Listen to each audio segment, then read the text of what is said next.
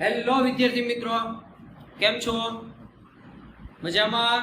તમારા બધાનું આપણી ચેનલ એસબી ક્લાસમાં હાર્દિક સ્વાગત છે. આપણે ધોરણ 10 માં વિજ્ઞાનમાં ચેપ્ટર નંબર 5 જૈવિક ક્રિયાઓ જોતા હતા. એમાં આપણે 3 પાર્ટ જોઈ લીધા છે. આજે આપણો ચોથો પાર્ટ, અને એમાંય આજે આપણે જોવાના છે આપણો મોસ્ટ આઈએમપી ક્વેશ્ચન, જે 2 માર્કમાં પૂછાઈ જાય એવો ક્વેશ્ચન છે, બરાબર? અને કેટલીક વખત એની આકૃતિ પણ પૂછાઈ જાય છે. તો ચાલો તેની શરૂઆત કરીએ. ચાલો, વનસ્પતિમાં વાયુરંધ્રની ભૂમિકા સમજાવો. તો પહેલા તો ક્વેશ્ચન એ થાય કે વાયુરંધ્ર અથવા તો પર્ણરંધ્ર કહેવાય કોને?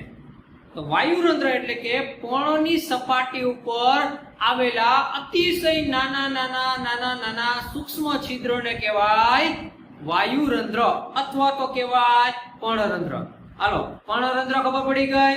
કોને કહેવાય? તો કે પર્ણની સપાટી ઉપર આવેલા અતિશય નાના સૂક્ષ્મ છિદ્ર જેવી રચનાને કહેવાય વાયુરંધ્ર.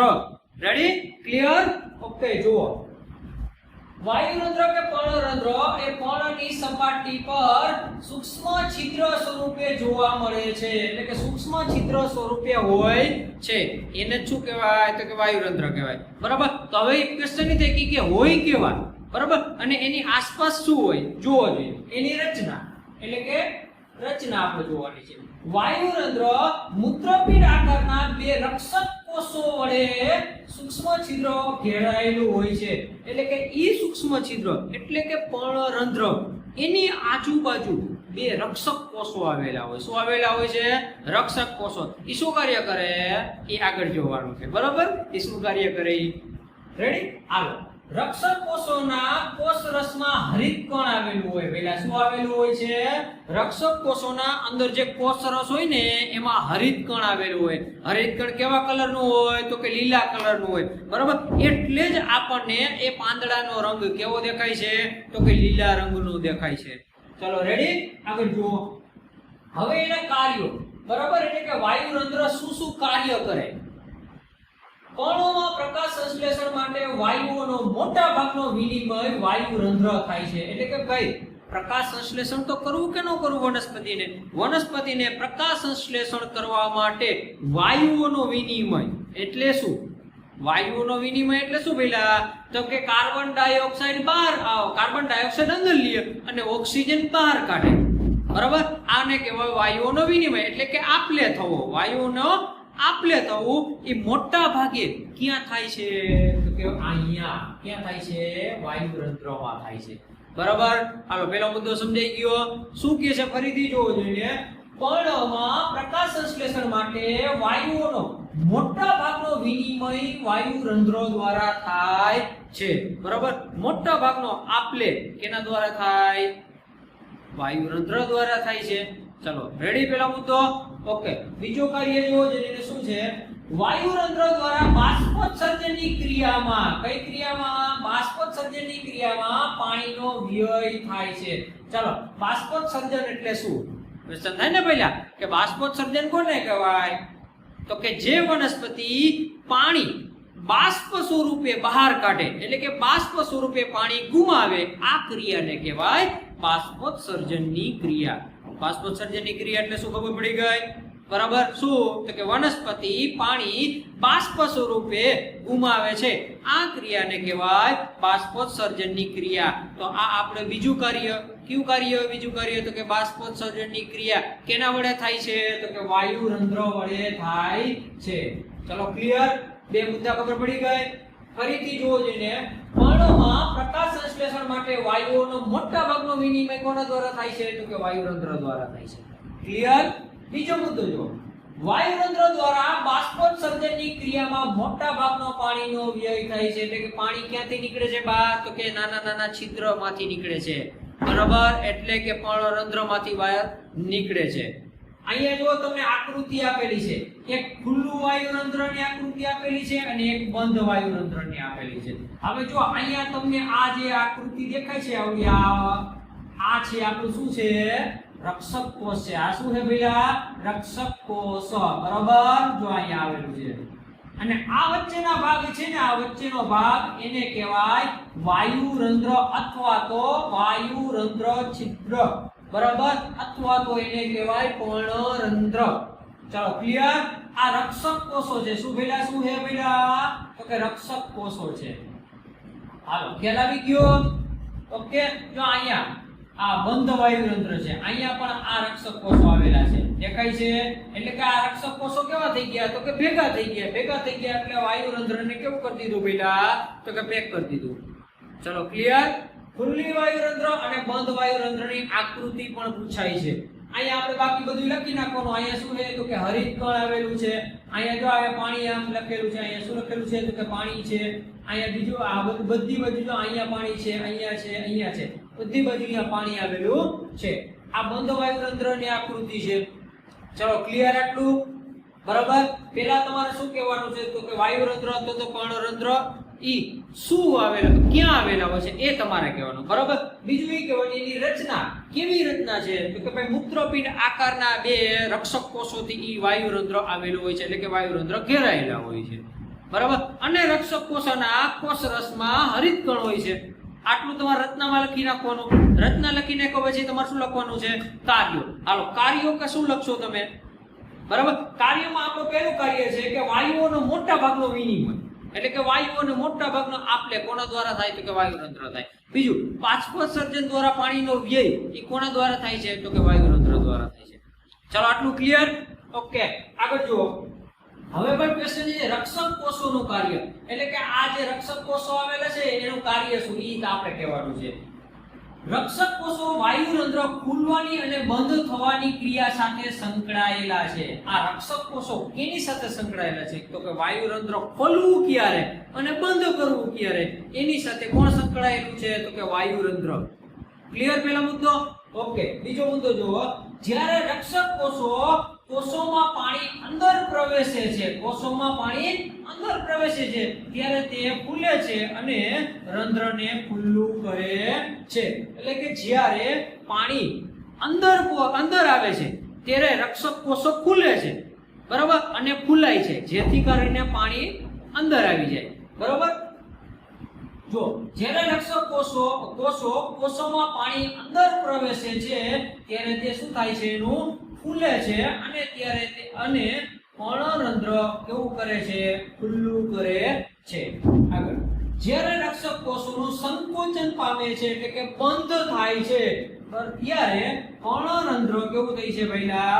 બંધ થાય. એટલે કે આ રક્ષક કોષો સંકોચાય, ભેગા થાય ત્યારે પર્ણરંધ્ર કેવું થઈ જાય? તો કે બંધ થઈ જાય છે. રેડી? ઓકે. આગળ તો જુઓ. સામાન્ય રીતે પ્રકાશ સંશ્લેષણ માટે કાર્બન ડાયોક્સાઇડની જરૂર ન હોય ત્યારે જલતાણની સ્થિતિમાં વનસ્પતિઓ પર્ણરંધ્ર બંધ રાખે છે. કે જ્યારે કાર્બન ડાયોક્સાઇડની જરૂર નથી, શું? જ્યારે પ્રકાશ સંશ્લેષણ એને કરવું નથી, એટલે કે કાર્બન ડાયોક્સાઇડની એની જરૂર નથી, ત્યારે એ પાણીનો વ્યય અટકાવવા માટે, એટલે કે જલતાણની સ્થિતિ અટકાવવા માટે, જળની બહુ એને જરૂરિયાત ન પડે એટલા માટે ઈ પર્ણરંધ્ર કેવા રાખે છે? તો કે બંધ જ રાખે છે. બરાબર. સમજાઈ ગયું? ફરીથી આપણે આ ક્વેશ્ચન જોઈ લે. સૌથી પહેલા શું કરવાનું? તો કે વાયુરંધ્ર ક્યાં આવેલા હોય છે એ લખી નાખવાનું.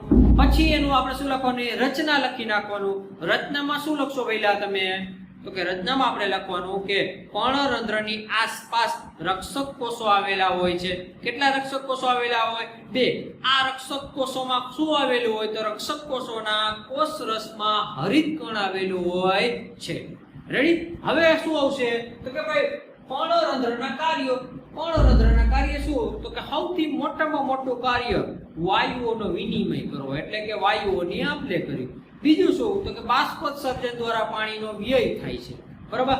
એટલે કે આ વાયુરંધ્ર દ્વારા બાષ્પોત્સર્જનની ક્રિયામાં મોટા પ્રમાણમાં પાણીનો વ્યય થાય છે. ચલો એની આકૃતિ આપણે દોરી નાખવાની. ખુલ્લા વાયુરંધ્રની અને બંધ વાયુરંધ્રની આપણે એની આકૃતિ દોરી નાખવાની. ક્લિયર? એટલું થઈ ગયું? હવે આપણે રક્ષક કોષોના કાર્યો કહેવાના. રક્ષક કોષોના કાર્ય શું છે? તો કે રક્ષક કોષો વાયુરંધ્ર ખુલવા અને બંધ થવાની ક્રિયા સાથે સંકળાયેલા છે. જ્યારે રક્ષક કોષો કોષમાં પાણી અંદર અંદર પ્રવેશે છે એટલે કે રક્ષક કોષના પાણીમાં આ કોષમાં પાણી આવે છે ત્યારે તે શું થાય છે ફૂલે છે અને પર્ણરંધ્રને કેવું કરે છે ભઈલા ખુલ્લું કરે છે એટલે આ ખુલ્લી અવસ્થા જો તમને દેખાણી બરાબર ઓકે નીચે જુઓ જ્યારે રક્ષક કોષો સંકોચન પામે છે એટલે કે ભેગા થાય છે ત્યારે પર્ણરંધ્ર કેવું કરે તો કે ત્યારે પર્ણરંધ્ર બંધ કરે છે ચાલો ક્લિયર ઓકે આગળ જુઓ સામાન્ય રીતે પ્રકાશ સંશ્લેષણમાં કાર્બન ડાયોક્સાઇડની જરૂર ન હોય ત્યારે શું પર્ણરંધ્ર બંધ રાખે છે પછી પર્ણરંધ્ર શું કામ બંધ રાખે કારણ કે જલ તાણની સ્થિતિ ન સર્જાય એટલે કે પાણીનો વ્યય ન થઈ જાય એટલે ઈ પર્ણરંધ્ર કેવું રાખે છે બંધ રાખે છે પર્ણરંધ્ર બંધ રાખે તો બાષ્પોત્સર્જનની ક્રિયા થાય નહીં ચાલો ક્લિયર આટલું ઓકે જો જઈને આગળ હવે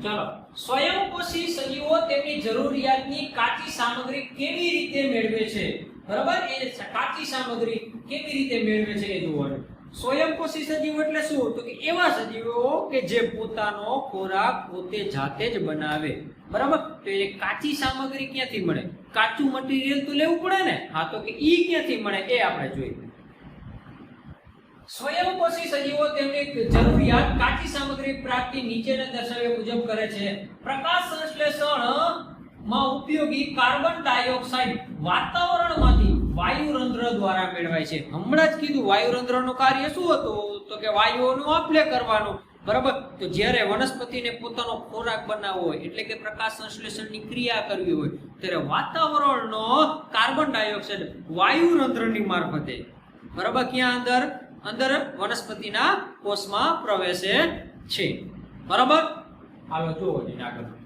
સ્થળજ વનસ્પતિઓ પ્રકાશ સંશ્લેષણ માટે જરૂરી પાણીની પ્રાપ્યતા મૂળ દ્વારા ભૂમિમાંથી પાણીનું શોષણ કરીને મેળવે છે સ્થળજ એટલે કે જમીન પર ઉગતી વનસ્પતિઓ બરાબર ઈ પાણીની જરૂરિયાત ક્યાંથી પૂરી કરે છે તો કે જમીનમાં રહેલા મૂળ દ્વારા જમીનમાંથી પાણીનું શોષણ કરે છે બરાબર બે વસ્તુ ભેગી થઈ ગઈ કયું તો કે કાર્બન ડાયોક્સાઇડ ક્યાંથી આવે તો કે પર્ણરંધ્રમાંથી આવે બરાબર બીજું પાણી ક્યાંથી આવે તો કે મૂળમાંથી આવે છે આ બંને વસ્તુ ભેગી થઈ ગઈ કે ન થઈ ગઈ ઓકે હવે આગળ જુઓ નાઇટ્રોજન ફોસ્ફરસ આયર્ન મેગ્નેશિયમ જેવા દ્રવ્યો ભૂમિમાંથી મેળવે છે એટલે કે જે એને દ્રવ્ય જરૂરી છે જે એને પોષક દ્રવ્ય જરૂરી છે એ કેમાંથી મેળવે છે તો કે ભૂમિમાંથી એટલે કે જમીનમાંથી મેળવે છે આપણે ખબર વનસ્પતિ જ્યારે ખેતરમાં કઈ કપાસ કે અથવા તો અન્ય કોઈ વસ્તુ વાવતા હોય તો આપણે એમાં ખાતર ભરી છીએ બરાબર ખાતર ભરવાનું કારણ જ કારણ કે નાઇટ્રોજન ફોસ્ફરસ આયર્ન મેગ્નેશિયમ જેવા તત્વો એમાં હોય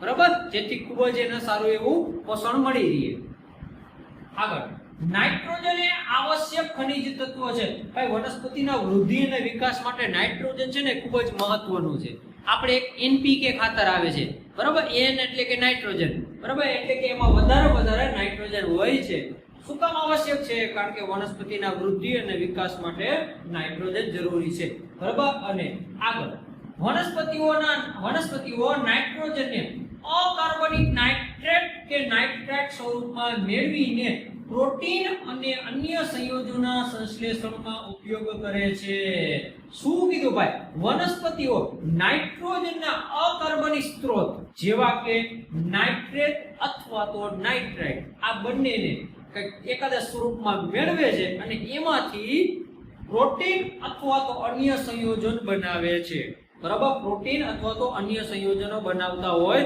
છે આગળ કેટલાક બેક્ટેરિયા દ્વારા વાતાવરણીય નાઇટ્રોજનમાંથી નિર્માણ પામતા કાર્બનિક પદાર્થના સ્વરૂપમાં નાઇટ્રોજન મેળવે છે કેટલાક બેક્ટેરિયા ડાયરેક્ટ શું કરે વાતાવરણમાંનો નાઇટ્રોજન લઈ અને પોતાનો ખોરાક બનાવવા માટે મદદ કરે છે એટલે કે પ્રોટીન અથવા તો અન્ય સંયોજનો બનાવવા માટે એને મદદ કરે છે તો કયા બેક્ટેરિયા આવા છે આપણે આગળ આવી ગયું છે રેડી તો આવા બેક્ટેરિયા ક્યાં છે તો કે રાઇઝોબિયમ બેક્ટેરિયા કયા બેક્ટેરિયા છે રાઇઝોબિયમ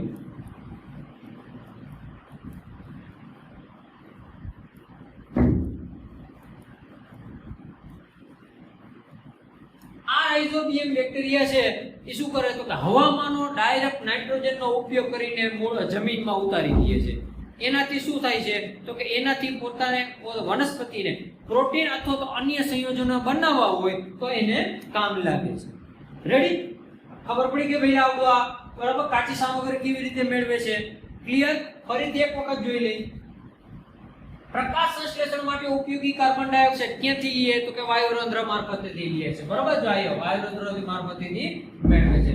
સ્થળજ વનસ્પતિઓ પ્રકાશ સંશ્લેષણ માટેની જરૂરી પાણીની પ્રાપ્યતા મૂળ દ્વારા ભૂમિમાંથી કરે છે. ભૂમિમાંથી શોષણ કરી લે છે પાણીનું.